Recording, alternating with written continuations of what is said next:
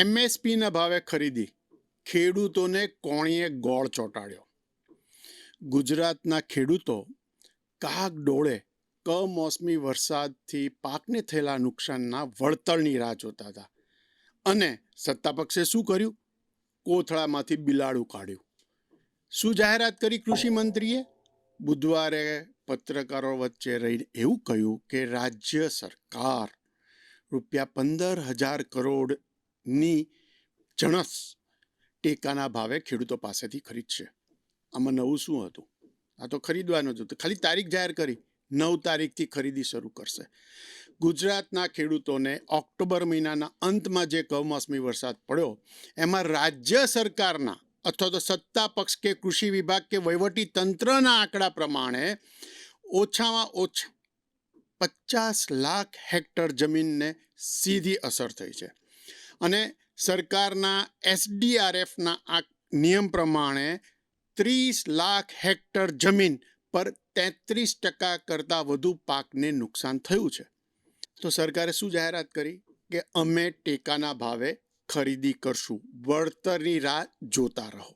હવે આની પાછળની આખી રમત તમે સમજો, અને આજે બેનિફિટ ન્યૂઝ તમને સમજાવશે કે આ ટેકાના ભાવે જે ખરીદીની જાહેરાત થઈ એ શું કહે છે અને શું તંત્ર કરવા માંગે છે.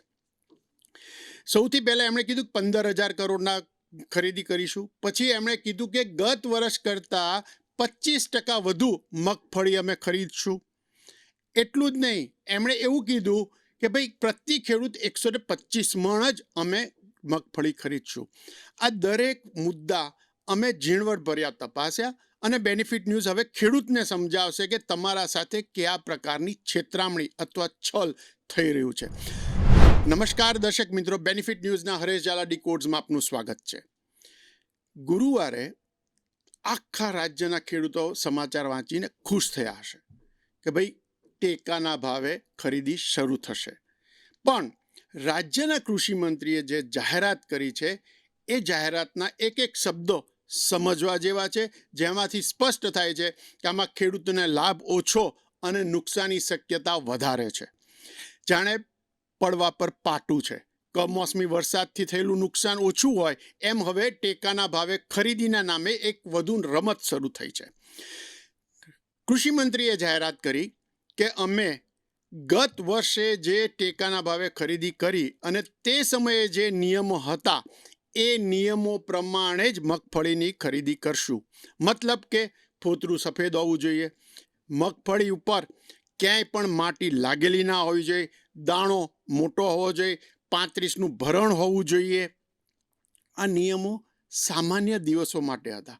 કમોસમી વરસાદમાં જ્યારે ખેડૂતે આટલો માર ખાધો છે તો રાજ્ય સરકાર, સત્તા પક્ષ જે પોતાને જગતના તાતના મસીહા ગણાવે છે એને આમાં બાંધછોડ કરવા માટે જરા બી વિચાર ના આવ્યો કે બાબુએ કીધું એ આવીને મંત્રી બોલી ગયા. ખેડૂત તરીકે તમને નથી લાગતું કે સરકાર આ વખતે આ નિયમોમાં થોડા ફેરફાર અથવા તો ચેન્જીસ કરી ખેડૂતને મદદરૂપ થઈ શકતું હતું? પણ ના, એવું ના થયું. હવે એનાથી આગળ કહીએ, સરકારે કહ્યું કે ગઈ વર્ષ કરતાં 25% વધુ. ગયા વર્ષે એટલે કે 2024માં ગુજરાતે NAFED through 12 lakh metric ton મગફળી ખરીદી હતી.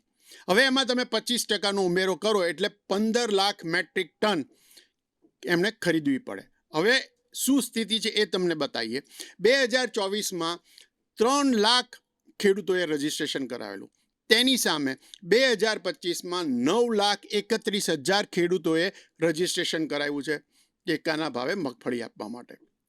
એની સામે સરકારે સેટેલાઇટ ઇમેજથી લગભગ 80,000 ખેડૂતોએ ખેતી નથી કરી અથવા તો એ ખેડૂત નથી એવું સાબિત કર્યું. એટલે 9,31,000માંથી તમે 80,000 કાઢી નાખો તો 8,50,000 ખેડૂતો રજીસ્ટર્ડ થયેલા છે ટેકાના ભાવે જણસ વેચવા માટે.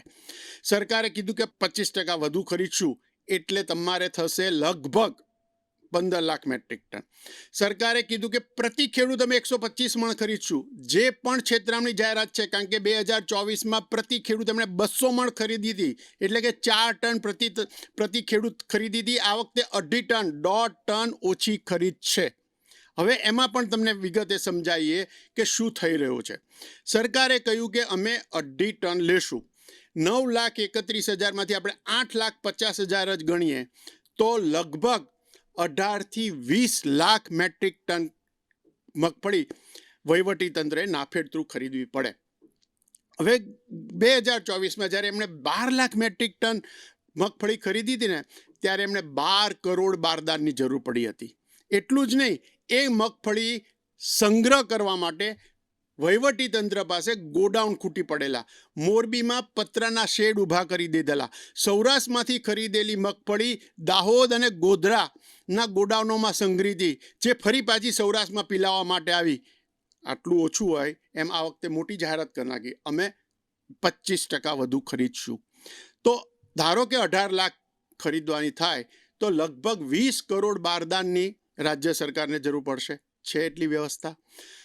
તમે 12 લાખમાં આપી ગયા હતા સંગ્રહ કરવામાં, તો આ વખતે શું તમે વાપી, વલસાડ, સુરત, નવસારી કે મુંબઈના ગોડાઉનોમાં સંગ્રહ કરશો? સૌથી મોટી વાત એ છે કે રાજ્ય સરકારે કીધું કે ગયા વર્ષના નીતિ નિયમ પ્રમાણે વરસાદમાં મગફળી પલળી ગઈ છે, એનું વજન ઘટી જશે, એને જે નુકસાની થશે તો એ મગફળી રાજ્ય સરકારે ખરીદવી જોઈએ કે ખુલ્લા બજારમાં વેપારીઓ ખેડૂતનું શોષણ કરે એના માટે એમને મોકળું મેદાન આપવું જોઈએ. એટલું જ નહીં, આમાં એવી પણ શક્યતા છે કે સરકારી તંત્ર કરતાં ખાનગી દલાલોને વધારે ખબર હશે કે ક્યાં કયા ગામના કયા ખેડૂતની મગફળી બચી ગઈ છે. એ નીચા ભાવે, કારણ કે અત્યારે બજારમાં નીચા ભાવ છે, નીચા ભાવે ખેડૂત પાસેથી ખરીદશે. જે રજિસ્ટર્ડ થયેલા ખેડૂત છે એને એ 200-300 રૂપિયાના માર્જિને વેચશે. એ ખેડૂત સરકારને બીજા 200-300ના માર્જિને વેચશે. તો જે ખેડૂતને ઓલરેડી માર પડી ચૂક્યો છે એને કેટલું નુકસાન થશે તે બી વિચારવા જેવું છે. આ આખી જે જાહેરાત છે એમાં ખેડૂતના લાભ કરતાં નુકસાનની ભીતિ વધારે છે. રાજ્ય સરકાર એવું તો નથી કરવા માંગતી ને કે સેટેલાઇટ ઇમેજથી પહેલાં એવું કહે કે ભાઈ 9 લાખ ખેડૂત રજીસ્ટર થયા છે, એમાંથી 50% ખેડૂતનો પાકને નુકસાન થયું છે એટલે લેવાની રહેતી નથી, એટલે એ 12-15 લાખ પર ફરી આવી ઊભી રહી જાય. એક આ ભીતિ છે. બીજું, ધારો કે 15 લાખ કે 18 લાખ મેટ્રિક ટન મગફળી ખરીદે છે અને સરકાર એના નિયમ પ્રમાણે ખરીદે છે, જેમાં ખરાબ દાણો સ્વીકારવાની જ નથી, તો એ ખરીદ્યા પછી સરકાર કંઈક એવું તો નહીં કહે ને કે ભાઈ અમે 15 લાખ મેટ્રિક ટન મગફળી ખરીદી, એમાં એક પણ નુકસાન થયેલો ખરાબ દાણો આવ્યો નથી, એનો મતલબ કે કમોસમી વરસાદથી કોઈ નુકસાન થયું નથી. શું સરકારની આ નીતિ ખેડૂતને ભાવના બે બગાડવા જેવી સ્થિતિ સર્જશે? ખરીદે તો પણ નુકસાન, ના ખરીદે તો પણ નુકસાન. આ આખી રમતમાં ખેડૂતને લાભ થાય એવી કોઈ જાહેરાત દેખાતી નથી. સરકાર ખરેખર ખેડૂતના હિતમાં કામ કરવા માંગતી હોત તો એણે સૌથી પહેલાં વળતર માટે કોઈ યોગ્ય વ્યવસ્થા કરવાની અથવા જાહેરાત કરવાની જરૂર હતી.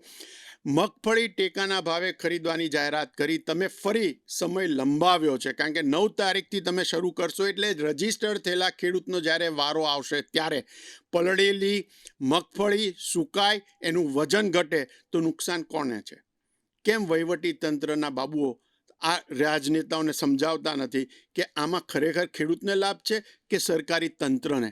ટેકાના ભાવે ખરીદવાની જાહેરાત કરી, ખેડૂતને લોલીપોપ આપ્યો ને એવું સ્પષ્ટ દેખાઈ રહ્યું છે. જ્યારે વળતરની અપેક્ષા હતી તો ટેકાના ભાવે ખરીદવાની તારીખની જાહેરાત કેમ કરી? એનાથી વિશેષ નુકસાની સામે વળતર માંગવાની જેવી માંગ શરૂ થઈ એવું માધ્યમો દ્વારા એક હાઇપ ક્રિએટ કરવામાં આવી કે સરકાર 7,000 કરોડનું વળતર પેકેજ જાહેર કરશે. 2 થી 3 દિવસ આ સમાચાર અખબારોમાં, માધ્યમોમાં રહ્યા અને ત્યાં સરકારે જાહેરાત કરી કે ₹15,000 કરોડની ટેકાના ભાવે જણસ ખરીદશે. એટલે એવું લાગે કે સરકાર પ્રજા કે ખેડૂત માટે કેટલું કામ કરે છે. વાસ્તવમાં આનાથી ખેડૂતને કેટલો લાભ થવાનો છે એ તો જ્યારે ખેડૂતની સિઝન પૂરી થાય, એના ગજવામાં પૈસા આવશે કે નહીં આવે ત્યારે ખબર પડશે. ત્યાં સુધી તો રાજનેતા માધ્યમમાં રહેશે, સરકાર માધ્યમમાં રહેશે, પ્રચાર ચાલશે અને વાહવાહી થતી રહેશે. દર્શક મિત્રો, ખેડૂતના હિતમાં સરકારની નીતિઓ યોગ્ય છે કે નહીં તેનું સચોટ વિશ્લેષણ તમારે વાંચવું હોય તો મુલાકાત લો www.benefitnews24.com વેબસાઇટની, અથવા જો તમને સાંભળવામાં જોવામાં રસ હોય તો benefitnews24.comની યુટ્યુબ ચેનલ અથવા ઇન્સ્ટાગ્રામ હેન્ડલ સબસ્ક્રાઇબ કરો.